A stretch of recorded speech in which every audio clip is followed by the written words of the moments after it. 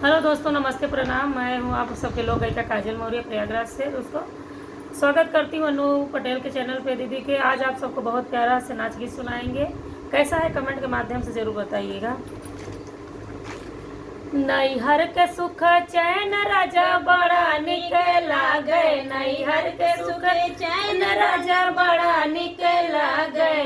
तोहार लगे मम्मी हमार लगे सासू, तोहार लगे मम्मी हमार लगे सासू। लालनवा के दादी लगे बड़ा बुरा लागे, लालनवा के दादी लगे बड़ा निरा लागे। नैहर के सुख चैन राजा बड़ा निक लागे, नैहर के सुख चैन राजा बड़ा निक लागे। तोहार लगे सासू हमार लगे मम्मी, तोहार लगे सासू हमार लगे मम्मी। लालनवा के नानी लगे बड़ा निक लागे, लालनवा के नानी लगे बड़ा निक लागे। नैहर के सुखी चैन राजा बड़ा निक लागे, नैहर के सुखी चैन राजा बड़ा निक लागे। तोहार लगे भाभी हमार लगे जेठनी, तोहार लगे भाभी हमार लगे जेठनी।